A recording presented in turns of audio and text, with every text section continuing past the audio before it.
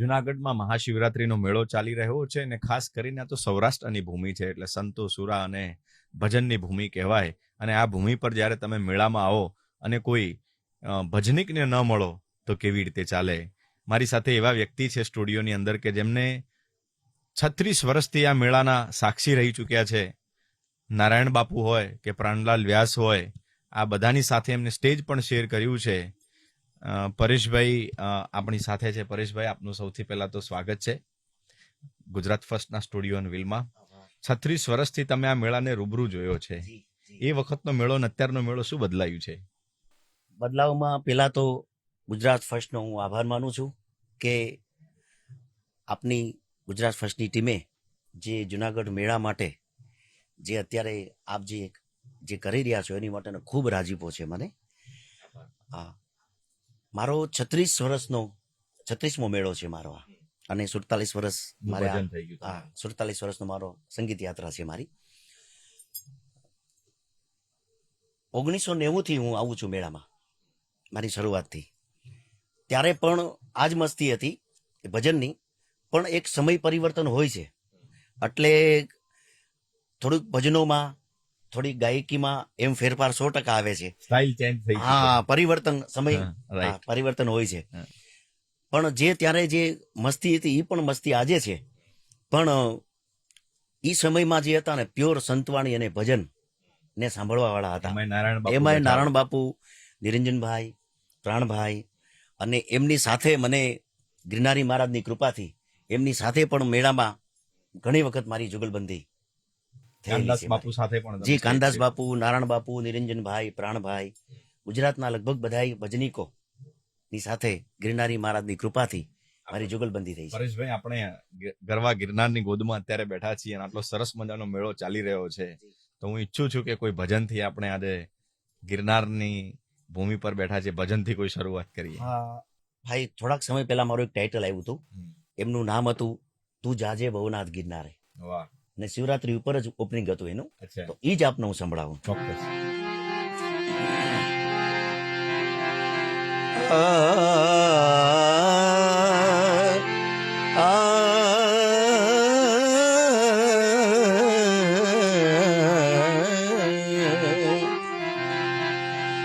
મન બેચેન હોય જ્યારે તારું, મન બેચેન હોય તારું જ્યારે, કોઈ સાથ ન આપે તને ત્યારે, તું જાજે ભવનાથી ગિરનારે, ગિરનારે, તું જાજે ભવનાથી ગિરનારે.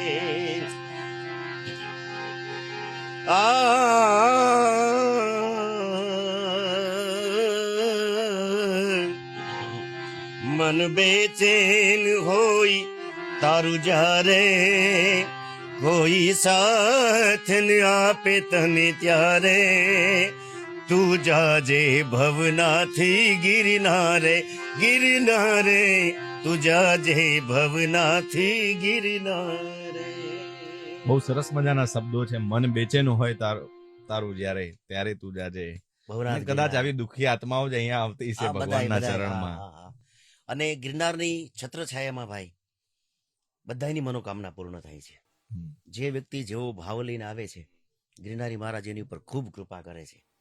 એમાં શિવરાત્રીના દિવસે જ્યારે રવેડી નીકળે છે ત્યારે તો ગોપીચંદ ભર્તૃહરિ અસ્વસ્થામાં. અત્યારની પેઢીને ખબર જ નથી કે રાજા ભર્તૃહરિ ને ગોપીચંદ કોણ હતા. આનો અનુભવ મેં કરેલો છે. આ ભૂમિ પર એમણે તપ પણ કરેલું છે. હાજી, ગોપીચંદ ભરતરી. અને ગિરનાર તો આપણા સંતોને શાસ્ત્રો એવું કે છે કૈલાસનો દાદો છે આ ગિરનાર. એટલે ભગવાનને પણ આ ધરતી ઉપર આવવું પડ્યું છે. અને હું તો મારી જાતને ભાગશાળી માનું છું, એક ભજનિક તરીકે, એક બ્રાહ્મણ તરીકે, કે 36 વર્ષથી મેળામાં મને એક સંતવાણી અને ગિરનારી મહારાજને ભજન સંભળાવવાનો મને જે અવસર મળ્યો છે, એ મારી જાતને ખૂબ ધન્ય માનું છું. તમે ભર્તૃહરિને યાદ કર્યા, રાજા ભર્તૃહરિને. એમનું એક ભજન ખૂબ પ્રચલિત છે પહેલા યુગમાં. 2 કડી આપને યોગ્ય લાગે તો સંભળાવો. એક બીજું ભજન આપે જે ગોપીચંદ ભરતરીનું, એક ટૂંકમાં જ વાત કરી દઉં. ગોપીચંદ રાજા જ્યારે સ્નાન કરવા બેઠા છે, દાસ દાસીઓ એને સ્નાન કરાવે છે અને ઝરૂખા ઉપર માતા મીનાવતી બેઠા છે. ગોપીચંદ રાજાનું શરીર જોઈ અને મીનાવતી માં ભૂતકાળમાં સરી જાય છે અને એ ભૂતકાળના વિચારો આવતા આવતા આંખમાંથી બી આંસુડા પડી જાય છે અને ભરતુહરી ગોપીચંદ રાજા ઉપર જોવે છે કે નહીં વાદળડી નહીં વીજળડી ઓચિંતાના નીર ક્યાંથી આવ્યા. અને બહુ ભજન જાણીતું છે, એની એક કડી સંભળાવું. સોનલા રે વાટકડીને એ જી રૂપલા કાંગસડી બાલુડો બાલુડો જોગી નાવા બેઠો રે ભરતરી બાલુડો જોગી નાવા બેઠો રે ભરતરી. વાહ, ખૂબ મીઠાશ છે તમારા અવાજમાં અને બહુ મજા આવે છે જ્યારે આપણે મેળામાં આવ્યા હોય અને વિશિષ્ટ ભજન સાંભળવા મળે. આમ તો રસ્તા ઉપર ચાલતા હોય એટલે રોજ રાત્રે અહીંયા ભજન સંતવાણી શરૂ ને શરૂ જ હોય છે. નારાયણ સ્વામી સાથે પણ તમે સ્ટેજ શેર કર્યું છે. નારાયણ સ્વામીનું કોઈ મન ગમતું અને તમને પણ ગમતું હોય, તમે જ્યારે સાથે સ્ટેજ શેર કરતા એ વખતે સંતવાણી કેવી હતી એની એક ઝલક થઈ જાય નાનકડી. પૂજ્ય નારાયણ બાપુ ની સાથે જુગલબંધી મેં કરી અને ભાઈ 1992 મારી નારાયણ સ્વામીની જુગલબંધીની એક કેસેટ ઓહો બજારમાં બહાર પડી હતી, બેની જુગલબંધીની અમારી. વાહ.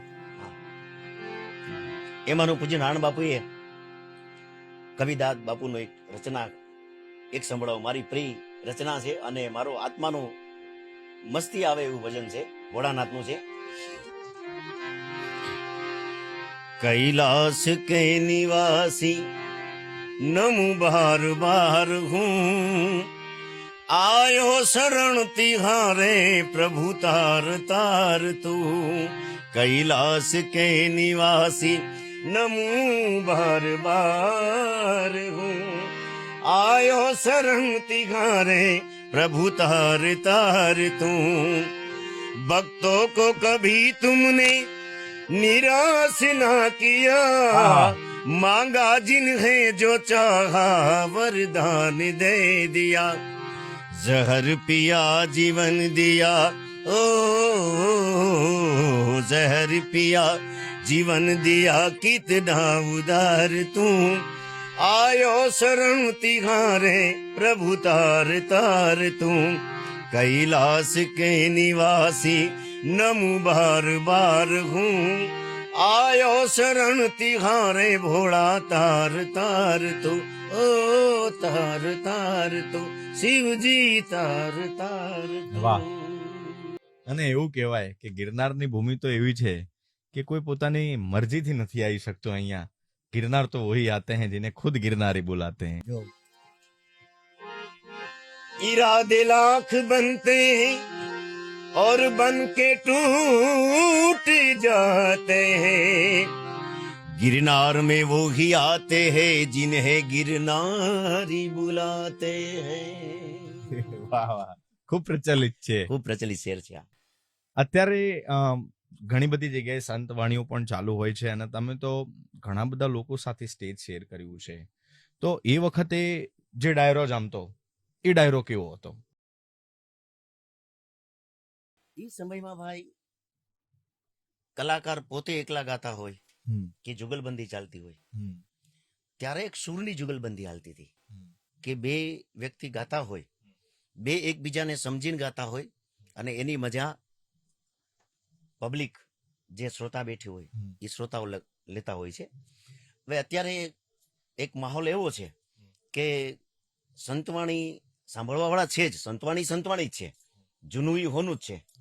પણ ત્યારે જે સમય હતો એક સુરીલું સંતવાણી, સંતો બધાય બેઠા હોય અને ગુરુમુખી વાણી હાલતી હોય, ગિરનારી મહારાજને સંભળાવતો હોય એવા ભાવથી. હા, એક ઈ સમય હતો. એક તમે એક ઇન્ટરવ્યુમાં એવું કહેલું કે તમે હંમેશા એક શ્રોતા છો. જી, હમણાં જ કીધેલું છે, હમણાં એક ઇન્ટરવ્યુમાં. અને કોઈ પણ ભજનિક હોય ને, કોઈ દિવસ આમાં નિપુણ બનતો નથી. સંગીતની દુનિયા એવી છે, એહસાન એ સાત સુરો કા. કાયમ માટે જેટલા તમે સારા શ્રોતા બની શકો એટલા સારા વક્તા બની શકો. અને હજી શ્રોતા થવા માટેનો મારો પ્રયત્ન છે. વક્તા તો બહુ દૂર વાત છે, પણ શ્રોતા બનવાને હજુ મારો પ્રયત્ન શરૂ છે. અને ગિરનારી મહારાજ ભોળોનાથ કૃપા કરે છે. પરેશભાઈનું પર્સનલી કોઈ મનગમતું ભજન શું છે? તમને કયું સંગીત ગમે છે? તમને જે ગમતું હોય એવું કંઈક અમને સંભળાવો. જો ગુરુમુખી દેશી ભજનોની વાત કરીએ તો ગંગા સતી પાનબાઈ એ મારો આત્માનો ખોરાક છે. એ ભજન છે ને, એ આત્માનો ખોરાક છે મારો. એક સંભળાવું તમને.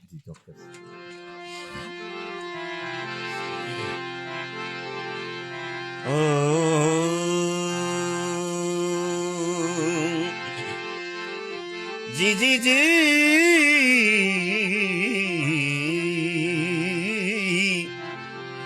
સદગુરુ વચન ના તવે એ બની જાવ અધિકારી પાનબાઈ, અને મેલી દો ને અંતર ના ભીમાન. માન રે મૂકી તમે આવો ને મેદાનમાં, તો પછી બતાવું મારા સદગુરુ ઘરની શાન. સદગુરુ શબ્દના બની જાવ અધિકારી પાનબાઈ, અને મેલી દ્યો ને અંતરના ભીમાન. મેલી દ્યો અંતરના ભીમાન.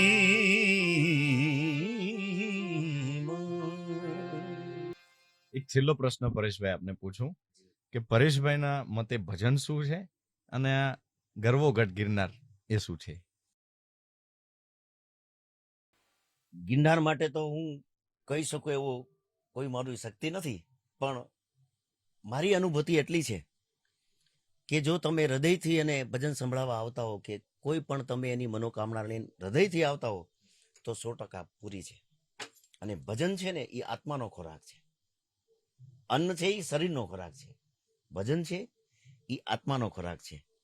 આત્માનો નશો છે ને એ જન્મો જન્મ સુધી તમારી સાથે રહે. મનના જે કાંઈ નશાઓ 2-4 કલાકમાં આપણા ઉતરી જાય, પણ આ ભજનનો નશો છે, સત્સંગનો નશો છે, સાધુ સંતોના દર્શનનો નશો છે, ગિરનારીનો નશો છે, એ છે ને એ જન્મો જન્મ સુધી આપણી સાથે રહે છે. અને ઘણા બધા કલાકારો આપણે જોઈએ છે કે શિવરાત્રીના મેળામાં અલગ અલગ જગ્યાએ સંતવાણી કરતા હોય છે. આખું વર્ષ ભલે 12 પ્રોગ્રામો કરતા હોય, પણ અહીંયા પોતે નિઃશુલ્ક સંતવાણી કરવા માટે બધા અહીંયા આવતા હોય છે. આટલા વર્ષો પછી આમ તો ઘણું બધું બદલાયું હશે જુનાગઢ, અને મેળામાં પણ અત્યારે થોડીક ટેકનોલોજીના કારણે ઘણો બધો વિકાસ પણ થયો છે. જતા જતા હું એવું ઈચ્છું કે ભગવાન ગિરનારને યાદ કરીને કંઈક 2 કડી આપ મને સંભળાવો.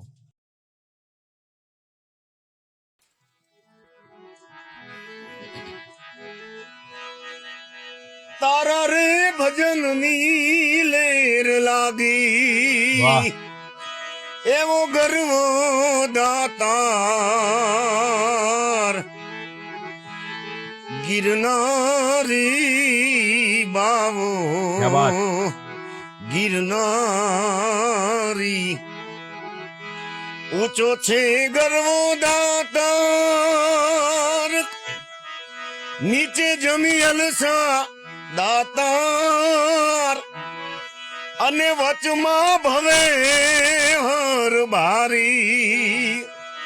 એવો ગર્વો દાતાર ગિરનારી બાવો બાવો ગિરનારી. તારા રે ભજનની લેર લાગી, એવો ગર્વો દાતાર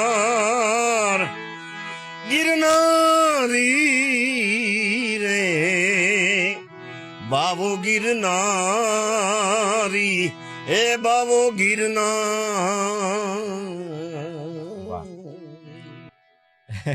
ઇન્ટરવ્યુ તો અમે રોજ બરોજ કરતા હોઈએ છીએ, પણ ભજનમાં જે અમને આનંદ થઈ ગયો, અમારું પોતાનું પણ મન પ્રફુલ્લિત થઈ ગયું. એવું લાગ્યું નહીં અમને કે કોઈ આમ સંવાદ ચાલી રહ્યો છે. બહુ આનંદ થઈ ગયો. ખૂબ ખૂબ આભાર પરેશભાઈ, આપ કિંમતી સમય કાઢી અને એમાંય આટલી ભીડ વચ્ચેથી અમારા સુધી આપ પહોંચ્યા એના માટે પરેશભાઈ વડિયા છે. એટલા સરસ સરસ ભજનો આપણે સંભળાયા. ભજનનો પણ મહિમા સમજાવ્યો એમણે કે ભાઈ આ તો ભજન તો આત્માનો ખોરાક છે, એને અનુભવવું પડે તો જ એની મજા છે. કોઈ નવા ગેસ્ટ સાથે સ્ટુડિયો ઓન વ્હીલ્સમાં ફરીથી મળીશું. ત્યાં સુધી મને આપશો રજા. નમસ્કાર.